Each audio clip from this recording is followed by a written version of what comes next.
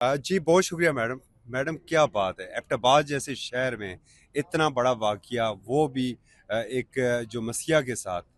कहाँ पर है कानून, कहाँ पर है इंतज़ामिया और कहाँ पर है हुकूमत?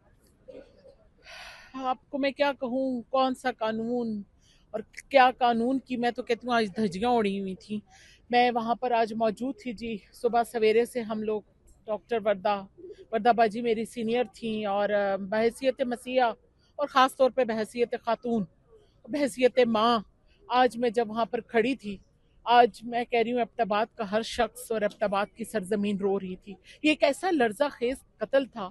4 दिनों से पुलिस, हुकाम और इदारे खामोश बैठे थे। आज वो कहते हैं कि जी आधे घंटे के बाद उसका कत्ल हो गया था। फिर मुझे ये बताएं कि वो फिर उनके वालदैन को लेकर कौन से जिरगे कर रहे थे ये पुलिस वाले। और उस रिदा को उन्होंने बड़े आराम से घर भेज दिया कि बीबी आप जाएं आराम करें।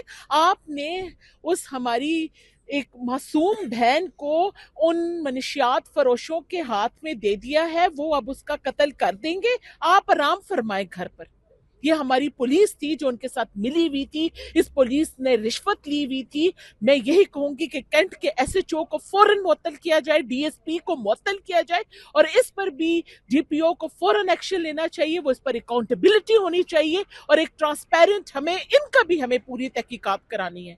ये इदारे, कल पीटीआई वहां पर तो धरने डालकर इमरान को रिहा कराओ। इस औरत को 4 दिन से आप लोग बाजियाब नहीं करा सके। ये क्या सूबा पर खैबर पख्तूनख्वा है? मरियम नवाज को देखें ना, क्राइम कंट्रोल डिपार्टमेंट्स बन चुके हैं, एंटी नार्कोटिक फोर्सेस बन चुकी हैं, और हमारा आज एबटाबाद वहां के बिजनेसमैन, स्टेक होल्डर्स, मनीषात फरोशों के साथ मिलकर, और आज हमारी नौजवान नस्ल की अब नस्ल कुशी शुरू कर देंगे। एक मसीहा के, मैं आप सोचें कि वो किस क्या सोच कर डॉक्टर बनी थी। एक मसीहा तो लोगों की जान बचाता है, और आज उस मसीहा की जान ले ली गई चंद रुपयों के लिए। उन मनशात फरोशों को मैं कहती हूँ इस जिले से क्या, उस सूबे से भी निकाले और सिविल इनको सरेआम लाया जाए, हमारे कटहरे में खड़ा किया जाए। ये बिनते हवा कब तक इस दरिंदगी का शिकार जो होगी? सिविल सोसाइटी है वो सरापा एहतजाज है, फिर भी इंतज़ामिया के कानों में कोई जू नहीं रहेंगी। इंतजामिया 4 दिन से सोई पड़ी थी।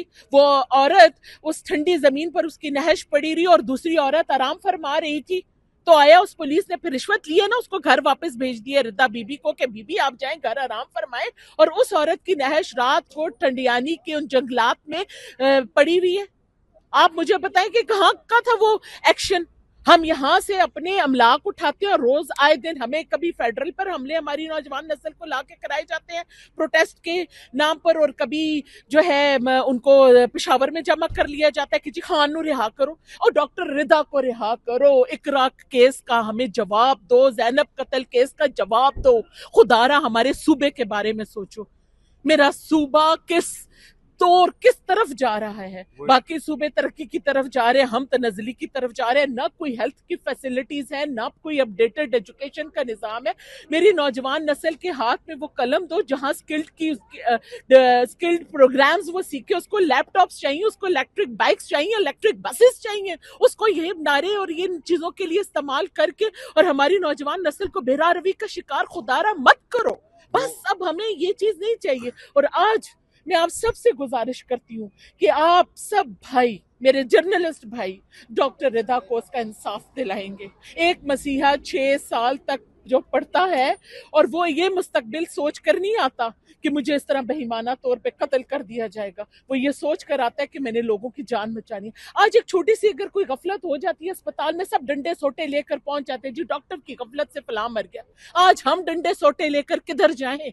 कौन सी इमरजेंसीज अगर आज हमने बंद करते हैं तो कहते हैं जी इन्होंने इमरजेंसीज बंद कर दी है।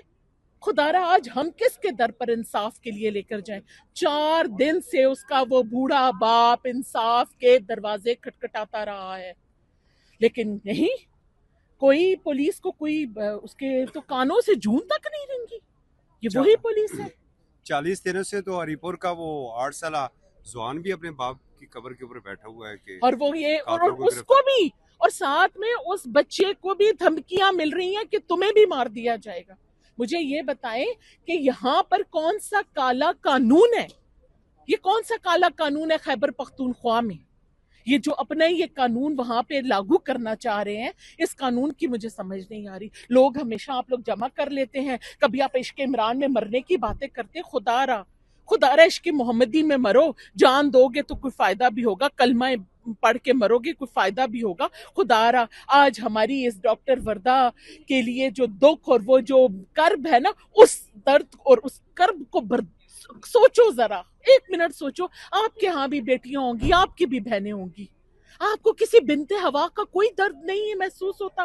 آپ اٹھتے ہیں، کوئی مسئلہ ہوتا ہے، یا تو عمران خان کو رہا کرو یا ہماری پاک فوج خراب ہے. جی ہماری پاک فوج نے یہ کر دیا. کبھی آپ پاک فوج کے اوپر بولنا شروع کر دیتے ہیں، کبھی آپ کو عمران نیازی یاد آ جاتا ہے. بس اب خیبر پختونخوا کو خدا را ان سے نجات دلائیں، اور وہاں پہ میں کہتی ہوں گورنر راج لگائیں. وہاں پہ ایک اندھا قانون ہے، وہاں پہ آج کوئی عوامی نمائندہ بھائی باہر نہیں نکلا ہے.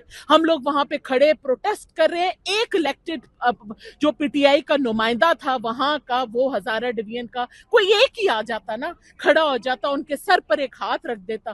نہیں، کوئی کسی ڈاکٹر کی، ہماری پوری کمیونٹی ہے. میں خود مسلم ڈاکٹرز فورم کی سینئر وائس پریزیڈنٹ ہوں، میں خود ایک مسیحا ہوں. ہمارے ساتھ آ کر کسی نے آج دل جوئی نہیں کی، اور نہ کسی نے یہ کہا کہ پولیس نے غلط کیا.